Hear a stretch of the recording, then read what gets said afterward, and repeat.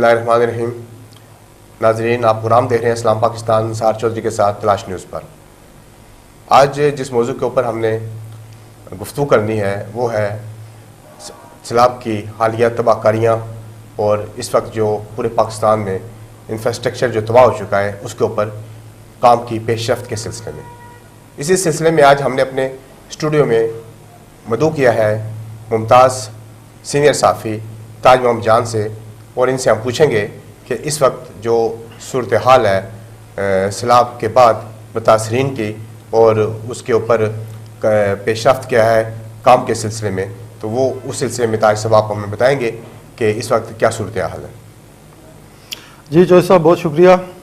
کا سب سے بڑا اور تباہ کن سیلاب ہے.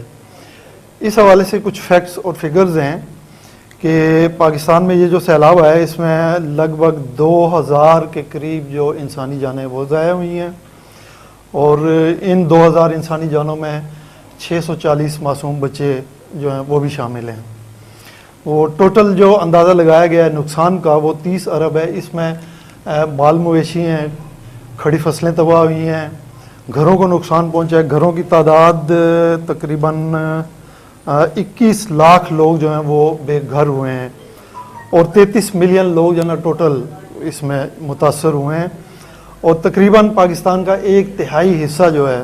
وہ اس سیلاب میں ڈوبا اور لوگ اس سے براہ راست متاثر ہوئے ہیں. تو اس حوالے سے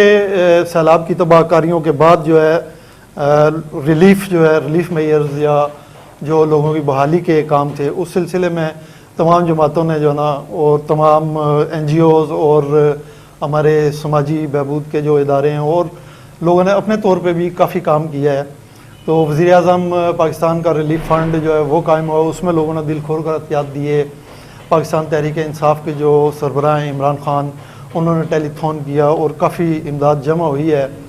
اور لوگوں کی بحالی کا ہم نے دیکھا ہے ایک جو نا اس میں ایک وہ بھول گئے ہیں، سوری میں آپ کی قطع کلامی کر رہا ہوں، تحریک جماعت اسلامی کا جو جماعت اسلامی اس کا بڑا کردار ہے، اس میں کوئی شک نہیں ہے کہ جماعت اسلامی کا اتنا جی الخدمت فاؤنڈیشن. میں نے یہاں پہ جو نا آپ کو یہ بھی جو نا فوری جو لوگوں کی ضرورت تھی خوراک کی اور دیگر جو ان کی ضرورت تھی وہ تو پوری ہوئی. کافی سارے لوگ جو نا اس میں انہوں نے پارٹیسپیٹ کیا. لیکن وزیر اعظم کا فلڈ ریلیف فنڈ ہے یا عمران خان نے ٹیلی تھون کے ذریعے جو جمع کیا ہے پیسہ، اس کے بعد جو ان کی مستقل بحالی ہے، گھروں کی تعمیر ہے، یا آگے یہ سردیوں کا موسم اب شروع ہوا ہے،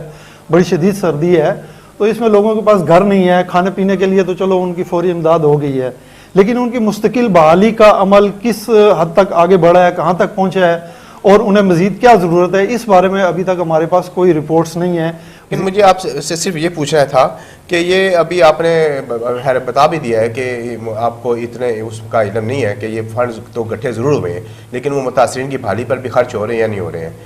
لیکن تاج صاحب، میں یہاں پہ ایک اور آپ سے جو ہے نا اس کا ذکر خیر کروں گا کہ شاید آپ کے بھی یہ بات علم میں ہوگی کہ اس وقت جو آپ کا صوبہ ہے بلوچستان، اس کا علاقہ ہے ہرنائی کا جو ہے کوئٹہ سے ابھی تک جو زمینی راستہ ہے وہ منقطع ہے، اور ہرنائی سے جو پنجاب کو راستہ ہے زمینی وہ بھی ابھی تک منقطع ہے. وہاں پہ بتایا جاتا ہے کہ اس وقت جو صورتحال ہے وہ بڑی گمبھیر ہے، اور آئے روز وہاں پہ بے شمار حادثات بھی ہو رہے ہیں اور لوگوں کا جانی مالی نقصان بھی ہو رہا ہے. تو اس سلسلے میں آپ کیا کہیں گے کہ صوبہ بلوچستان تو ویسے بھی آپ کو پتہ ہے کہ ہمارا پسماندہ صوبہ ہے، اور اس حالیہ جو بارشیں تھیں یا سیلاب تھا اس میں بھی یہاں پہ بے شمار تباہی ہوئی ہے. تو اس سے متعلق آپ کیا کہیں گے کہ یہاں پہ ریلیف کا کام وہ کس طریقے سے ہو رہا ہے؟ جی چوہدری صاحب، یہ جو سیلاب ہے پاکستان کی تاریخ کا سب سے تباہ کن سیلاب ہے. اس میں آپ کے 2 صوبے جو ہیں سندھ اور خاص طور پہ بلوچستان بہت زیادہ متاثر ہوئے ہیں. کھڑی فصلیں تباہ ہوئی ہیں، لوگوں کے مال مویشی بہہ گئے ہیں، اور اس میں ان کے گھر جو ہے نا ان کو جو ہے نا نقصان پہنچا ہے. اسی طرح اس کے ساتھ ساتھ ذرائع مواصلات، خاص طور پہ سڑکیں جو ہے نا، اور خاص طور پہ بلوچستان میں سڑکوں کا جو ایک سلسلہ تھا یا سسٹم تھا وہ بالکل تباہ ہو گیا ہے. اس وقت جو ہے نا آپ کا صوبہ بلوچستان اس کا زمینی راستہ جو ہے پنجاب کے ساتھ بالکل منقطع ہے، کوئی رابطہ نہیں ہے. اور یہ ہرنائی جس کا آپ نے ذکر کیا ہے یا دیگر شہر جو ہیں ان کا کوئٹہ کے ساتھ جو ہے نا وہ رابطہ بالکل نہ ہونے کے برابر ہے، اور کھنڈرات بنی ہوئی ہیں سڑکیں، ان کی حالت جو ہے نا دیکھنے والی ہے. وہاں پہ ٹریفک جو ہے نا بڑے ٹرک جو ہیں وہ بھی